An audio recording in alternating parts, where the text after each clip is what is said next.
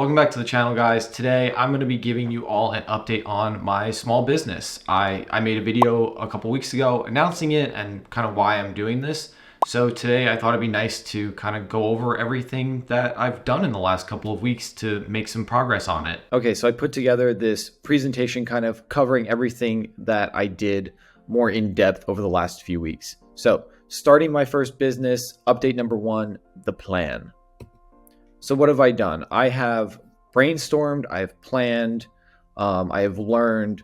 I got a new domain, which I will not be covering in this because it's just not ready yet. The website isn't prepared, so that'll be another update later on.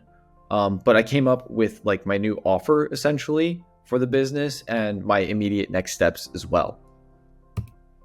So my brainstorming session, basically what I did is I set up 3 giant rolls of craft paper on a wall in my apartment, and everything that I've just kind of been thinking about or holding in my head, I got out on this piece of paper. I just drew it wherever it made sense to me visually, and then obviously, as you can tell, I like circled what was important and drew lines to connect things to each other. If this is something that people are like interested in as a process, I do this kind of frequently. So if anyone wants a breakdown or like a tutorial on how to do that, just let me know and I'll make a video on it. I mean, this is pretty self-explanatory. I started with the goals in the middle section and just kind of worked my way around from piece to piece as it just made sense and as I needed to get it out of my brain. But basically everything relating back to like my ultimate goal, which is to work remotely, travel, own my own time, have more time for my family and friends, and just make more money.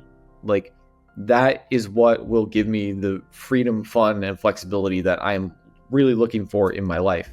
And just all of the different things that I am interested in doing as a way to get to that ultimate goal. So if you're interested in seeing the actual process for this, here is a quick time lapse of me doing the entire brainstorm mind map.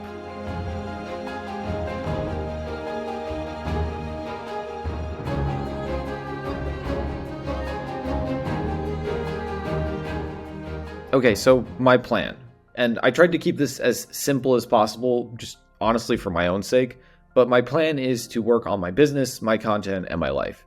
And in those 3 areas, I need to learn more, I need to grow, and I need to set and refine my goals. And, you know, what have I learned? Learned that I need to be better at prioritizing, because I give myself so many projects and I want to get done everything as much as possible all the time, and that's not good. I've burnt myself out really badly like that before, and I have just not been able to make the progress that I really wanted to because of that. So to help myself with that, I am going to focus on a better system for prioritization and a better system for just making sure that I'm actually doing things that move the needle forward in a positive way for getting my projects to the point where I need them to be. With that being said, like, managing my time is also a huge thing. And really with that, I think like time blocking and like setting timers and focus rituals will be a big help for me as well. And then the last is that I don't know anything about business.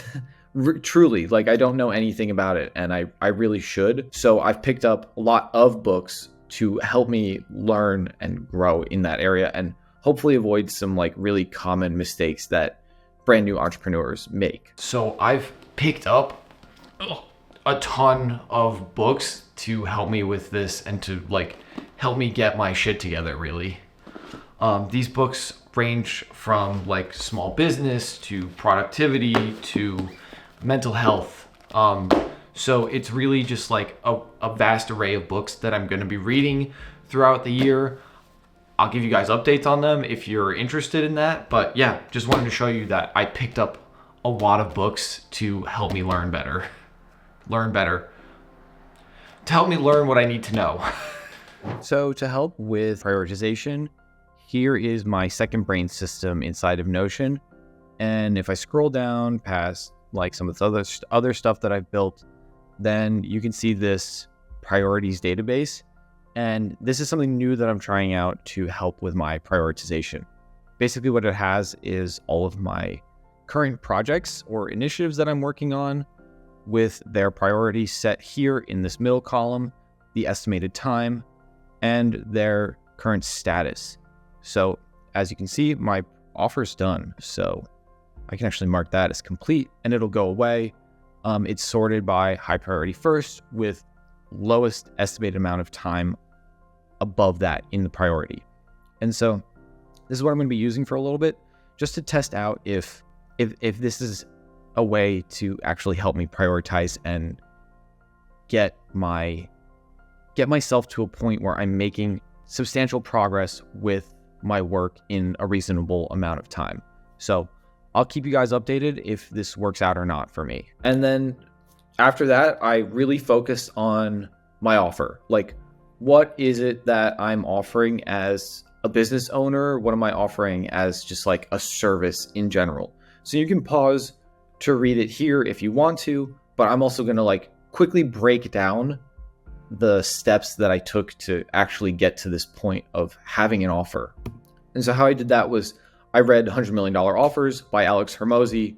I'm not going to do like a complete breakdown going over like every single intricate thing that he covers in the books, but I'm just going to give like a general overview of what I did like based on his framework. If you want, I highly recommend the book. I was one of those people that was very skeptical of Alex Hormozi when I came across his content. It just seemed like kind of like a broy, like, oh, I'm making $100 million 4 times over type of person. But the framework that's laid out in this book is actually very actionable and very helpful. And it helped me get to a point with my offer and like understand my own business more that would have taken me so much longer on my own if I was just like struggling through it and looking at other examples from other people. Like, this framework actually helped me a lot. So what's covered in the framework? Step 1 is to pick a market, make sure that that market is growing and not shrinking, essentially. So for me, I picked B2B, digital marketing, advertising, and creative agencies. This is a huge market. It is growing every year. People are starting them more and more. And it's a market that I know pretty well. I'm in creative and marketing operations field. A lot of people that I know come from agency life. And something that I've noticed consistently is that agencies have trouble managing their projects, their workload, and just kind of like streamlining their operations. They very much set themselves up and grow very rapidly and take on a lot of projects, but like don't actually focus on the operations and the systems that let them do it in the most efficient way possible and maximize their output for their clients and themselves. So that is who I am targeting with my business. Step 2 was to increase prices drastically. So before this, I was really thinking in the like $1,000 to $2,000 range. But after reading this book, I realized that like I need to be able to compete at the enterprise level, which is like, enterprise is just very large businesses, essentially, is a way to phrase that. So for a standard deployment, I kind of also base this on team size, but $10,000 for everything that I'm offering. And then for an enterprise deployment, which is like a large 50 plus person team, usually multiple like departments, that is $30,000 for my offer package. And obviously the amount of service that goes into that $30,000 package increases as well, but it's also just because of like, it's going to take more time too. So step 3 after that was to increase your value. And there's 4 indicators for value that Hormozi breaks out, which is dream outcome, perceived likelihood of achievement, time delay, and effort and sacrifice. And the best way to know if your offer or any component of your offer has those value indicators is like, can this client achieve their dream outcome with 100% certainty in no time with 0 effort and sacrifice, right? So those are like the indicators. So more of your dream outcome in 100% chance with like the least amount of time and effort possible on their part is a super high value offer. Obviously, that's not like super realistic, but kind of like that should be the standard that everyone is shooting for. And so from there, you just actually start building out the different components of your offer, starting with like identifying your dream outcome for your customer, listing out all their possible problems in like super excruciating detail, and relating those problems back to the 4 values that we just went over. And then you turn those problems into solutions. So an example below that is the dream outcome for the customers is a streamlined project workflow and increased capacity in 3 months without sacrificing dozens of hours. Perceived problem is that people won't use it. Like their team won't actually use the project management system or the system that is rolled out for them. So a solution to that problem is to educate the client team on how to incorporate it into their routine easily. And then I can do that in a number of ways, right? I can do that through SOPs. I can do that through one-on-one trainings. I can do that through group trainings. I can do that through coaching sessions, right? So there's a lot of vehicles for delivery for that solution. And that is what you should be really focusing on as like the components of your offer.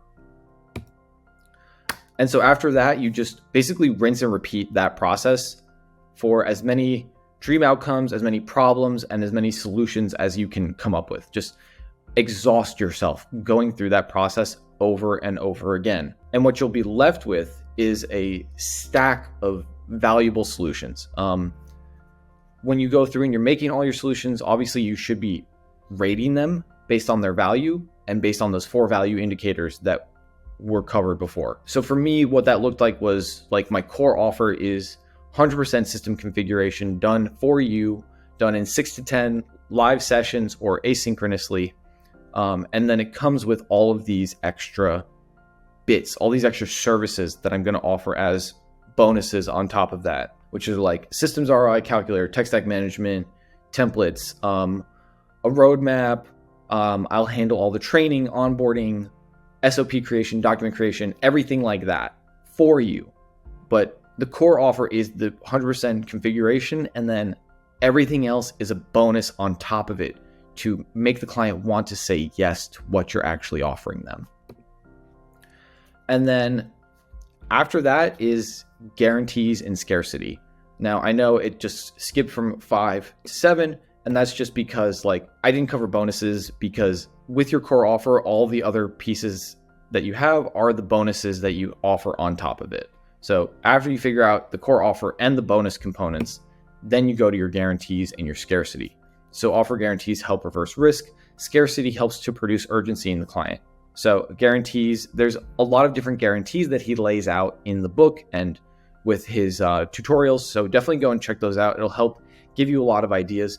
But for me, that looked like if the customer isn't satisfied halfway through and they want to cut the service, I'll give them a full refund, no questions asked. Or if I determine that we need additional sessions to properly roll out the system that I'm building for you, then I will do that at no additional cost to the client at all. And then for scarcity, I looked at scarcity as my capacity to do the work as a solopreneur right now. And for me, what that meant is like I can only take on a certain amount of clients before I'm at capacity. And right now that looks around 5 based on like the scope of work that would be included in each of the projects that I'd be working on with my offer. And so, yeah, I would tell the client like basically like I only have 5 slots available at any given time. If some of them are taken up already, then there's even less slots. So you kind of got to make your choice within a reasonable amount of time and just kind of produce that sense of urgency in them. And that brings me back to what I highlighted before, which is like the actual offer that I've figured out that I'm going to be presenting to the world with this business. And guys, I don't know if you've ever struggled with like the term productized service like I have. To me, productized service didn't really make sense for like a consulting business or something that was like really traditionally hours based. I had a hard time wrapping my head around that. So what this has done for me is it actually provided a framework for productizing a service that I had no idea how to do before. because now I have these two types of packages that I can offer with very expected like deliverables and timelines. And yeah, I was able to productize myself just by reading this book and going through this process. So that was a huge, huge step for me in these last couple of weeks. And I'm going to obviously update this on my website. And now you're all seeing how I did it and went through it. And there is a lot that is covered in the book and in Alex's tutorials on his website that I did not go over, that definitely play a part in crafting the offer. So if you want a more in-depth video on that, like if you want me to do that and break that down, like I read $100 million offers so you don't have to type of video, just let me know in the comments below and I'll definitely make that video. But I think you can also get a lot of the value from Alex's video series themselves on his website, acquisition.com. It's free, and like it really covers everything in the book, like to the T. So definitely go check that out if this is something that you want to figure out for yourself. And with that, that brings me to my last slide, which is my next steps. So my next immediate steps that I need to do are to redesign my website. I need to create a marketing plan. I need to set up payment processing. I need to create a ton of content and aggressively market myself. I need to learn all the relevant skills, which you saw with that huge stack of books that I have next to me. And I need to grind. I need to just get my feet wet. I need to get people on calls. I need to generate leads. I need to learn how to pitch and sell things. And I need to actually then begin to deliver on the offer itself. So with that's